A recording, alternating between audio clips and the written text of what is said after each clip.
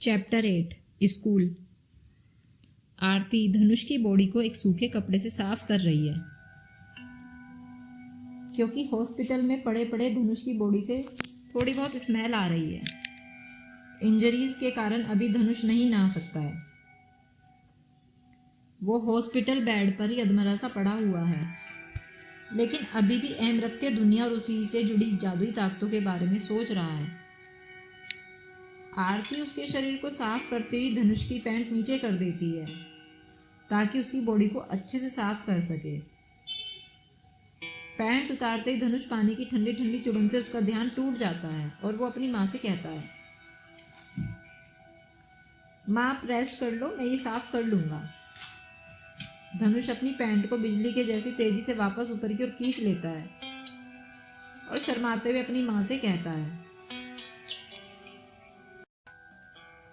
आरती उसे डांटते हुए कहती है, अच्छा बच्चों, मैंने ही पैदा किया है तुझे, ऐसा कौन सा हिस्सा है तेरे शरीर का जो मैंने नहीं देखा। आरती को ये कहते हुए थोड़ी हंसी भी आ जाती है, लेकिन माँ बेशक हंस रही हो, वो डांटना कभी नहीं छोड़ती और फिर वो जल्दी से धनुष को उठाकर पलट देती है। धनुष, वैसे डॉक्टर ने मुझे बताया है कि 1 साल पहले जो कार एक्सीडेंट की वजह से तुम्हें दिक्कत हुई थी वो अपने आप ही काफ़ी हद तक ठीक हो गई है। डॉक्टर अंकल बता रहे थे कि ऐसा लग रहा है जैसे कोई जादू हो गया हो। तुम्हें भी अपने अंदर पहले से इम्प्रूवमेंट फील हो रहा है ना। धनुष कहता है, जब मामा ने मुझे मारा था तो मेरे मुंह से बहुत सारा खून निकला था। उस वक्त मुझे लगा कि मेरा पूरा शरीर बेजान सा हो गया है और शरीर से सारा गंदा खून बाहर निकल गया है। मेरा दिमाग अब पहले से ज़्यादा एक्टिव हो गया है और मेरा इंटेलेक्ट भी बिल्कुल ठीक हो गया है। माँ आप चिंता मत करो, अब मैं बहुत जल्दी ही पहले की तरह अपने स्कूल में टॉप रैंक पर आऊँगा। आरती उसे एक आशा भरी नज़रों से देख रही थी और फिर धनुष का कॉन्फिडेंस देखकर उसकी आंखों से 2 बूंद पानी न चाहते हुए भी धनुष के शरीर पर गिर ही गया। जैसे वर्षों से आरती धनुष ने जो कहा है उसका इंतजार कर रही हो। धनुष बहुत आसानी से ये समझ रहा था कि उसकी माँ किस बात को लेकर परेशान है और उसके दिमाग में क्या चल रहा है। इसलिए उसने अपनी माँ के चिंता को शांत करने के लिए उसे उतनी ही बात बताई जिससे कि उसके मन को शांति मिल सके। ऑफ कोर्स धनुष ने आरती से सच छुपा लिया था कि कैसे उसके दिमाग और बॉडी में इतने सारे चेंजेस आ रहे हैं, पर अभी उसकी माँ को इतना ही सच बताना ठीक था। धनुष की सोल अमर्त्य दुनिया से वापस उसके शरीर में आ चुकी थी और उसे ये अच्छी तरह से मालूम था कि 1 साल पहले हुए उस खतरनाक कार एक्सीडेंट की वजह से धनुष के शरीर में कई जगह ब्लड क्लॉटिंग हो चुकी थी। ये सब कुछ उस एक्सीडेंट का ही रिएक्शन था। इनिशियली जब धनुष का मामा अर्चित उससे लड़ रहा था तो धनुष ने अपनी सारी एनर्जी को इकट्ठा करके आग की शक्ति को अपने शरीर में जनरेट कर लिया था और जैसे ही वो अपने मामा अर्चित पर हमला करने वाला था, सडनली उसके दिमाग में ख्याल आया कि वो इमॉर्टल वर्ड की पावर्स का इस्तेमाल कर अगर धरती पर रहने वाले लोगों के लिए करेगा तो उनकी जान भी जा सकती, क्योंकि रियल वर्ल्ड में छोटी छोटी बातों पर आप किसी की जान नहीं ले सकते। और अर्चित कैसा भी हो, लेकिन है तो उसकी माँ का भाई। धनुष को अचानक से ही ये बात समझ आ गई थी कि अगर उसे आग की शक्ति का इस्तेमाल करना है और उसे अर्चित पर कर देता है तो वो जिंदा नहीं बचेगा और फिर उसको और उसकी माँ को जरूर ही जेल जाना पड़ेगा। इसलिए धनुष ने ऐन मौके पर आगे की शक्ति का इस्तेमाल अपने शरीर में कार एक्सीडेंट से हुए ब्लड क्लॉटिंग को ठीक करने में लगा दिया था। इसी वजह से धनुष का शरीर उस कार एक्सीडेंट से हुई प्रॉब्लम से अपने आप ही जादुई तरीके से ठीक हो रहा था। और जहाँ तक धनुष की पढ़ाई का सवाल है, तो जब से अमर्त्य दुनिया से धनुष की आत्मा वापस आई है और उसके माइंड की पावर जादुई तरीके से बढ़ चुकी है, धनुष की माइंड पावर में उसके उन 10,000 सालों की नॉलेज भी इन्वॉल्व है जो उसने उस अमर्त्य दुनिया में हार्ड वर्क से सीखा है। अगर उस नॉलेज का यूज़ धनुष अपने स्कूल में दोबारा अपनी खोई हुई टॉप रैंक लेने में नहीं कर पाएगा तो उसके बिताए अमृत्य दुनिया के वो 10,000 साल बिल्कुल खराब हो जाएंगे। आरती ने जब देखा कि अब धनुष पूरी तरह ठीक हो चुका है तो वो हॉस्पिटल नर्सेस से बात करके उसके डिस्चार्ज प्रोसेस में लग गई। धनुष और उसकी माँ आरती जैसे ही घर पहुंचे तो आरती ने उसे जल्दी से तैयार होकर स्कूल जाने के लिए कह दिया।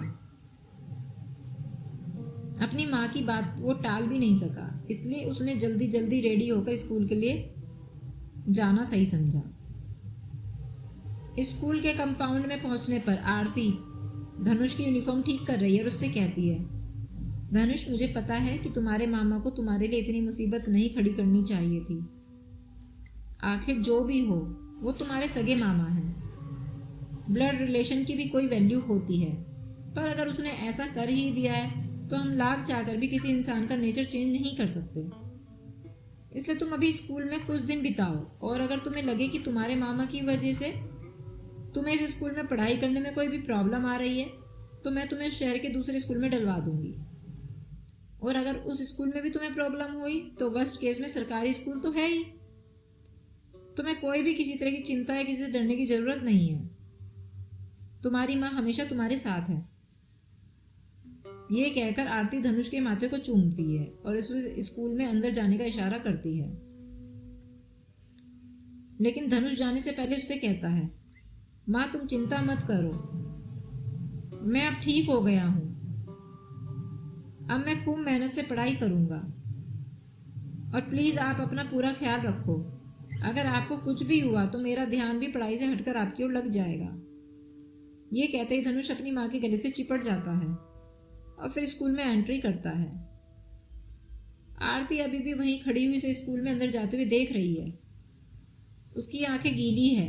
वो सोच रही है, कितना मासूम है मेरा बेटा और इतनी सी उम्र में कितनी बड़ी प्रॉब्लम उसे फेस करनी पड़ रही है, लेकिन आज अचानक से गले लगा तो कितना अजीब सा लगा। मुझे तरस ही गई थी मैं इसके प्यार के लिए। हे भगवान, अब इतनी सी उम्र में से और प्रॉब्लम मत देना। धनुष में इतना बड़ा बदलाव देखकर आरती खुद के आंसू रोक नहीं पाई थी। धनुष जैसे ही अपने स्कूल के गेट पर पहुंचता है वो गुड बाय कहने के लिए अपनी माँ की ओर टर्न करता है और वहां से उसे दिखाई देता है कि माँ अपने आंसू पोंछ रही है, लेकिन वो आंसू उसमें आए हुए बदलाव के कारण थे। अपनी माँ के चेहरे पर खुशी की चमक और खुशी के आंसू देखकर धनुष को एक अजीब सी शांति मिल रही थी और वो वहीं खड़े हुए माँ को और ना रोने का इशारा करते हुए जाने के लिए कहता है, लेकिन स्कूल गेट से टर्न करते ही धनुष खुद भी अपने आंसू बहने से नहीं रोक पा रहा था।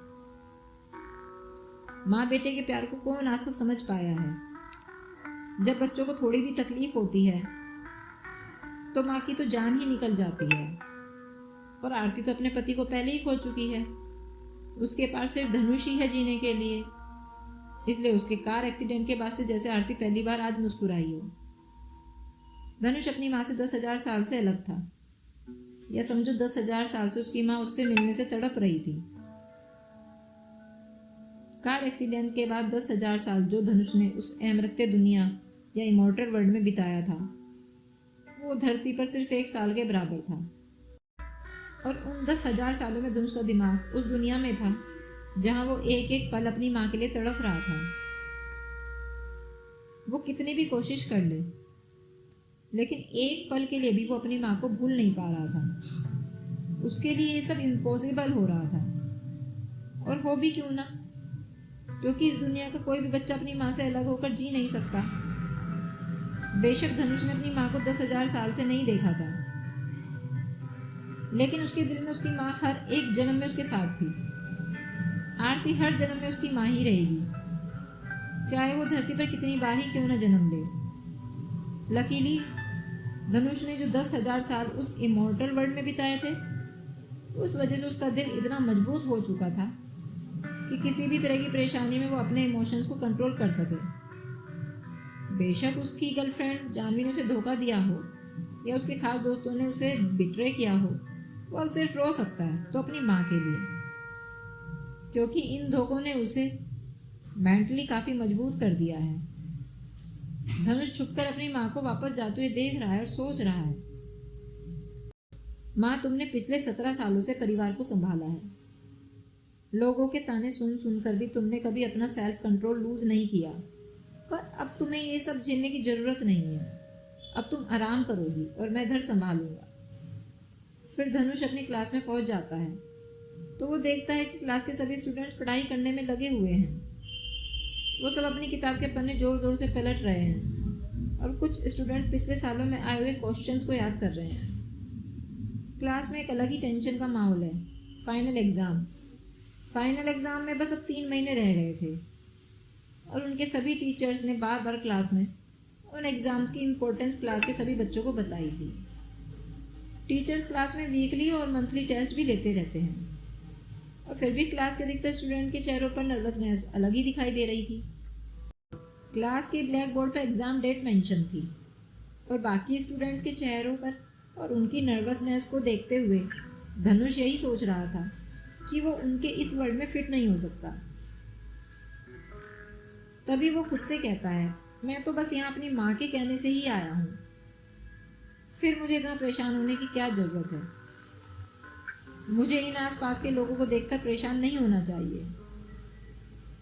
धनुष अपनी सीट पर बैठा हुआ चारों ओर नज़र घुमाकर देखता हुआ यही सोच रहा है, लेकिन धनुष के क्लास में एंट्री करते ही बाकी सभी बच्चे उसकी ओर ही देख रहे थे और जैसे ही वो अपनी सीट पर जाकर बैठ गया, सभी बच्चे मुड़ मुड़ कर उसे देख रहे थे। उनकी आंखों से ही पता लग रहा था कि धनुष के क्लास में आने की वजह से वे लोग खुश नहीं हैं। क्लास के सभी बच्चों की आंखों में धनुष के लिए तिरस्कार और उपहास से भरी हुई थी, जैसे कोई जंगली जानवर कीचड़ में लथपथ होकर क्लास में घुस आया हो। धनुष उन्हें देख तो रहा था, लेकिन उनकी समझ में नहीं आ रहा था कि वो उसे देखकर ऐसे क्यों बिहेव कर रहे हैं। तभी एक टॉल डार्क दुबला पतला लड़का खड़ा होकर धनुष की ओर उंगली करके कहता है, Dhanush we don't welcome you here. बेहतर होगा कि तुम जल्द से जल्द यहाँ से चले जाओ। उसकी आंखों से ही लग रहा था कि वो धनुष के क्लास में आने से कितना गुस्सा है, इसलिए पूरी तेज आवाज़ में क्लास के सभी बच्चों को सुनाते हुए वो धनुष से ये वर्ड्स कह रहा है।